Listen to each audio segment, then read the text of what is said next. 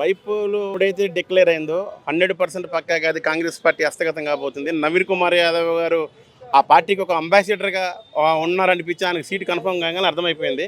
పక్కాగా నియోజ Jubilee hills నియోజకవర్గ ప్రజలందరూ కూడా definite Naveen Kumar is one of the right person, అతనైతేనే ఈ నియోజకవర్గంలో ఉన్న అభివృద్ధిని పరిగెత్తించగలడు అన్న ఉద్దేశం మీద జనాలు అన్ని వర్గాల వారు కూడా ఆయన హక్కును చేర్చుకుంటున్నారు.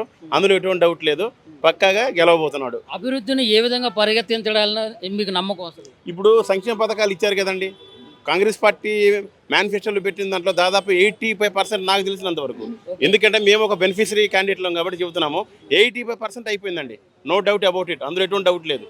తీసుకుంటుంది మేమే కాబట్టి మా హ్యాండిక్యాప్డ్ సోదరుల ఫ్యామిలీ తరపు నుంచి గ్రామాల్లో ఉన్న 33 జిల్లాల్లో ఉన్నటువంటి కింది స్థాయి గ్రౌండ్ లెవెల్లో ఉన్న వాళ్ళ అభిప్రాయాలు కూడా తెలుసుకున్నాం కాబట్టి గంట పదకం చెప్తాం. మరి అటు నుంచి బీఆర్ఎస్ కూడా ఇప్పుడు 3 సార్లు ఎందుకు గెలుస్తారు అభివృద్ధి చేయకపోతే? మాగంటి గోపీనాథ్ హయాంలోనే ఇక్కడ పూర్తి స్థాయిలో అభివృద్ధి జరిగింది.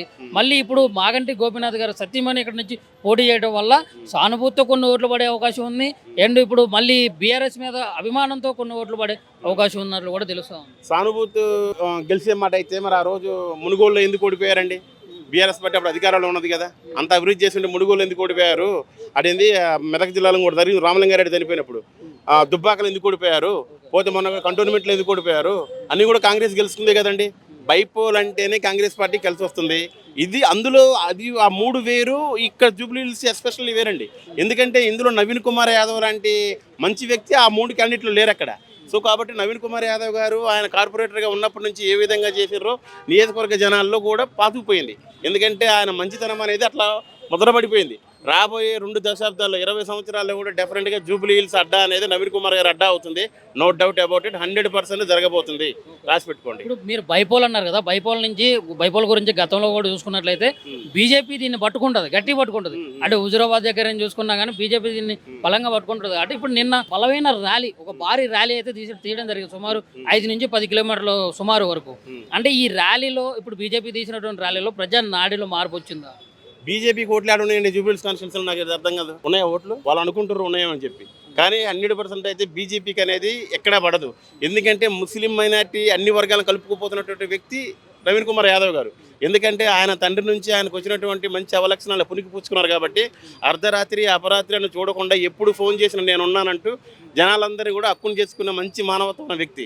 సో కాబట్టి ఆయనే కావాలనుకుంటున్నారు. డెఫినెట్గా ఆయనే గెలుపుతారండి. బీజేపీకి బీఆర్ఎస్కి అనేది సానుభూతి అనేది రాదండి. ఏది అధిష్టానం ఇచ్చిన స్క్రిప్ట్తో ఉన్న ఆడపిల్ల లేడీ కదా ఏడితే కమిలిపోతారు అనుకుంటున్నారేమో, అందరూ వ్యాపారం అనుకుంటారు. కానీ ఆ రోజులు పోయినాయి.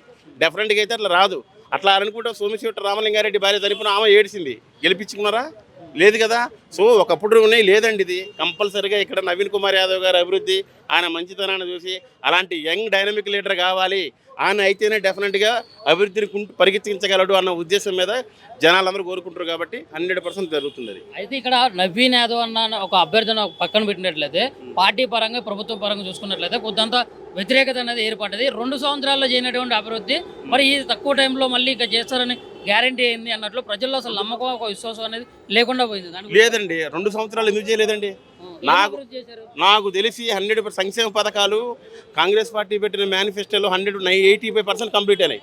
ఎందుకంటే బెనిఫిషరీ మేమే తీసుకుంటాం. బెనిఫిషరీ మేమే 11 లక్షల మంది మా హ్యాండిక్యాప్డ్ స్టేట్లో ఉంటే అందరూ కూడా ఎంత మాకు తెలుసు. అది గ్రౌండ్ లెవెల్లో ఉన్నటువంటి వాళ్ళు మేము సర్వే చేసుకున్నాం కాబట్టి మాకు వచ్చిన ఫీడ్బ్యాక్ని బట్టి మేము అవుట్పుట్ ఇవ్వగలుగుతున్నాం. సో కాబట్టి 100% అభివృద్ధి అనేది పక్కగా జరుగుతుంది. ఏం అభివృద్ధి జరిగింది? ఇప్పుడు మాకు అది ఏది మన హ్యాండిక్యాప్డ్ పింఛన్లు 4,000 రూపాయలు జరుగుతున్నాయి. ఎప్పుడు బీఆర్ఎస్ గవర్నమెంట్లో ఉన్నప్పుడు అయితే 15వ తారీఖు 20వ తారీఖు కూడా వచ్చాయి కాదు. ఈ ప్రభుత్వం వచ్చిన తర్వాత మాకు 5వ తారీఖు పింఛన్లు పడిపోతున్నాయి. ఇంకోటి ఏంటంటే గ్రామాల్లో ఉన్నటువంటి వాళ్ళందరికీ కూడా రైతులకు అనుకున్నట్టు కూడా పింఛన్లు పెంచుతారు. సామాన్య వాళ్ళందరూ రైతు బంధు పథకం కూడా ఇస్తుంటారు. ఇంకేం కావాలండి? అభివృద్ధి ఎక్కడ జరగలేదు చెప్పండి? 85% అయిపోయింది. దానికి ప్లస్ ఇలాంటి వ్యక్తి మళ్ళీ ఉంటే బాగుంటుందనే ఉద్దేశం మీద జూబ్లీ హిల్స్ కాన్స్టిట్యుయెన్సీ జనాలు కూడా అనుకుంటున్నారు. గెలిపేస్తారు, అస్సం గుర్తు పోటేస్తారు. ఓకే, ఇప్పుడు మైనార్టీ ఓట్లు కూడా మరి ఇటు కాంగ్రెస్కే, ఇప్పుడు ఎంఐఎం కూడా కాంగ్రెస్కి సపోర్ట్ ఉంది.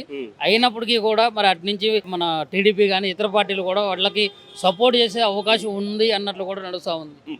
ఇప్పుడు చూడండి, టీడీపీ కాదు జనసేన, టీడీపీ పక్క ఆ పార్టీలో వచ్చి కూడా గెలిపించుకున్నా కానీ డెఫినెట్గా అయితే బీజేపీకి అనేది ఓట్లు అయితే వేయరు.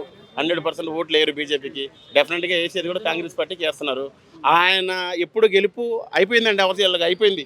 గెలుపు పక్కా అయిపోయింది. 50,000 ఓట్ల మెజార్టీతో గెలుస్తున్నాడు, వెళ్ళిపోతున్నాడు అసెంబ్లీకి. ఇప్పుడు ఫైనల్గా అయితే ఏం చెప్పదలుచుకున్నారు ఈ ఎలక్షన్ సంబంధించి? ఈ ఎలక్షన్ సంబంధించి 100% కాన్స్టిట్యూన్సీలో ఉన్న జనాలందరికీ ఒకటే నేను ఫోల్డెడ్ విత్ హ్యాండ్స్ అడుగుతున్నాను. 100% నవీన్ కుమార్ యాదవ్ గారిని గెలిపించుకుందాము. అలాంటి డైనమిక్ లీడర్, అలాంటి యంగ్స్టర్ మనకు కావాలి. మన నియోజకవర్గంలో అభివృద్ధి జరగాలంటే అలాంటి మంచి వ్యక్తి ఉండాలనే ఉద్దేశం మీద మీ అందరికీ నేను మీరు నిర్ణయించుకుంటున్నాను. అన్నట్లు డైనమిక్ లీడరే అంటే మామూలు పబ్లిసిటీ కూడా పబ్లిక్లో కూడా ఎక్కువ ఉన్నటువంటి వ్యక్తి కాదంట్లా, ఎడ్యుకేటెడ్ పర్సన్ కూడా. మరి ఇక్కడ చూసుకున్నట్లయితే నవీన్ యాదవ్ గెలిచినట్లయితే ఇక్కడ రౌడీజం పెరుగుతుంది, ఇక్కడ రక్తపాతం అయితే ఏర్పడుతుంది, మొత్తం చాలా ప్రమాదకరంగా మారిపోయే అవకాశం ఉంటుంది జూబ్లీహిల్స్ నియోజకవర్గం అన్నట్లు కూడా ఒక ప్రధానంగా ప్రజల దగ్గర నుంచి స్వయానం మేమే పోయి తీసుకున్నటువంటి సందర్భం అన్నమాట. అది ఓన్లీ కేవలం బీజేపీ బీఆర్ఎస్ ఆడుతున్న ఒక వాడు క్రియేట్ చేసిన రౌడీలు గుండాలని వాళ్ళు చేసిందే కానీ ఎవరన్నా వాళ్ళ ఫ్యామిలీ కానీ ఎప్పుడన్నా ఎవరన్నా పోయి పొడిచిరా బీజేపీ వాళ్ళని కానీ బీఆర్ఎస్లో ఎవరన్నా పోయి పొడిచిందా? నవీన్ కుమార్ నిజంగా రౌడీ అనుకుందా? మీ మాట ప్రకారమే ఎవరన్నా పొడిచిండా? ఎవరుంటన్నా దొంగతనం చేసిండా?